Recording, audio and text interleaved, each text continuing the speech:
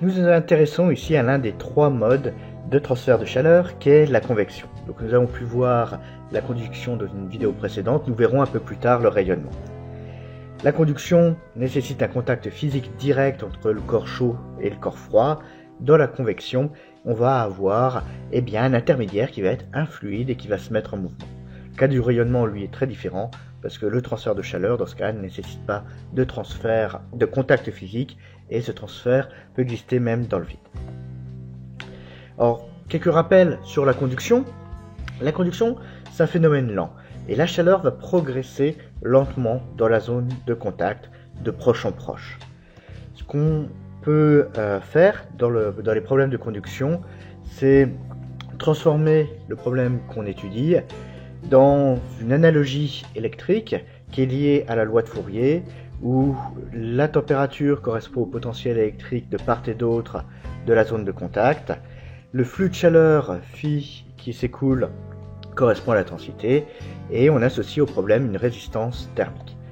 Donc tout ça c'est lié à la loi de Fourier qui nous dit que la différence de température entre le point chaud et le point froid c'est égal à une résistance thermique fois le flux de chaleur. Tout ça on l'a vu dans une vidéo précédente et l'expression de cette résistance thermique c'est l'épaisseur traversée divisée par le coefficient de conductivité thermique divisé par la surface de contact. Alors maintenant, que peut-on faire avec la convection? La convection, elle va exister quand on va avoir un fluide entre les deux zones qui ont les températures différentes. Et ce fluide, il va avoir un rôle primordial. En effet, le fluide qui est en contact avec la zone la plus chaude va être chauffé à partir de la conduction. Le fluide le plus froid, qui est dans la zone en contact avec la zone la plus froide, lui, va se refroidir. Et derrière, on va avoir des phénomènes de dilatation de ces fluides. Le fluide le plus chaud, il va voir sa masse volumique diminuer parce qu'il va s'étendre dû à la dilatation. Donc, en raison de la poussée d'Archimède, ce fluide chaud va avoir tendance à s'élever, alors que le fluide froid, lui, qui s'est refroidi, va avoir tendance à descendre. Donc on a une mise en mouvement de ce fluide, et cette mise en mouvement, ça va permettre d'accélérer le transfert de chaleur. Donc la convection, c'est avant tout un phénomène de conduction, mais qui est accéléré par le fluide qui est en mouvement, et le moteur, si on considère que c'est la convection naturelle, c'est la poussée d'Archimède. Donc cette convection, ça va être avant tout dirigé vers le haut. Donc on peut forcer cette convection dans d'autres directions, on parlera alors de convection forcée. On verra des exemples dans une autre vidéo de conduction forcée, de convection naturelle, différents exemples pris dans la nature ou dans la vie quotidienne. Alors là, une question qu'on peut se poser, c'est comment on fait la différence entre un régime convectif ou un transfert de chaleur qui lui est convectif. On a vu que la convection, c'est aussi la conduction. Alors pour savoir dans quel cas on se place, on peut utiliser un nombre qui est le nombre de Rayleigh. Donc c'est un nombre un petit peu complexe qui fait le mix entre tous les facteurs qui interviennent dans la convection. Alors c'est un nombre sans dimension, c'est un peu similaire au nombre de Reynolds qui est bien connu dans la mécanique des fluides. Alors tous les paramètres qui interviennent, il y a une longueur caractéristique au problème, il y a la viscosité dynamique qui intervient, l'expansion thermique du matériau. Plus le fluide va avoir tendance à se dilater facilement, plus on sent que la convection va être facile et donc le nombre de Rayleigh est élevé. La différence de température aussi va intervenir entre la partie chaude et la partie froide, de même que la masse volumique du fluide qu'on considère.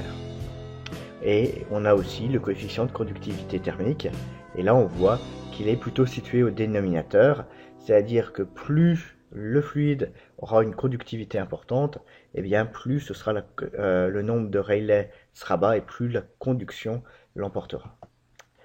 Alors, à ce nombre de Rayleigh, on lui fixe un peu des limites. S'il est inférieur à 1000, on pourra considérer que le transfert thermique est avant tout régi par la conduction, même s'il peut exister un petit peu de convection. Et si ce nombre de Rayleigh est supérieur à 1000, là on pourra considérer que le transfert est convectif. Donc voilà un petit peu, c'est 1000 la limite qui est fait par rapport à ce nombre de règles. Enfin, la dernière chose que je voulais évoquer dans cette vidéo, eh bien, c'est le flux de chaleur. Si vous vous rappelez, ce que j'avais dit au tout début de cette vidéo, c'est que dans le cas de la conduction, on pouvait évaluer ce flux de chaleur à partir de la loi de Fourier. Eh bien, dans le cas de la convection, il existe une loi qui nous permet de connaître le flux de chaleur phi en fonction de la différence de température, en fonction de la surface de contact et en fonction d'un coefficient h qui est le coefficient d'échange thermique. Alors ce coefficient h n'est pas forcément toujours simple à évaluer. Au niveau des unités, c'est des watts par Kelvin par mètre carré, et c'est souvent ici quelque chose d'assez complexe à estimer, ce coefficient h. Alors cette loi, on l'appelle la loi Newton, et il peut être intéressant de la réécrire sur une forme absolument équivalente, c'est-à-dire qu'au lieu d'exprimer le flux de chaleur, on exprime la différence de température en fonction du flux de chaleur. Ça nous donne la température du corps chaud moins la température ambiante T0, qui vaut 1 sur Hs fois le flux de chaleur qui circule. Et cette forme équivalente, eh bien, on peut introduire une résistance convective, et dans ce cas-là, on retrouve une forme qui est tout à fait similaire à la forme de la loi de Fourier, c'est-à-dire que la différence de température est égale à une résistance qui vaut 1 sur Hs fois un flux de chaleur. Donc ça, c'est extrêmement intéressant, ça veut dire qu'on pourra manipuler le phénomène convectif comme un phénomène conductif à partir des analogies électriques. Et donc on pourra mélanger dans notre réflexion les deux processus pour avoir vraiment une vision et un calcul global des deux processus convection et conduction à travers des analogies qui contiennent des résistances thermiques qui relient le flux à la différence de température. Eh bien, j'en ai terminé pour cette petite vidéo. On verra des illustrations de tout ça dans des prochaines séquences.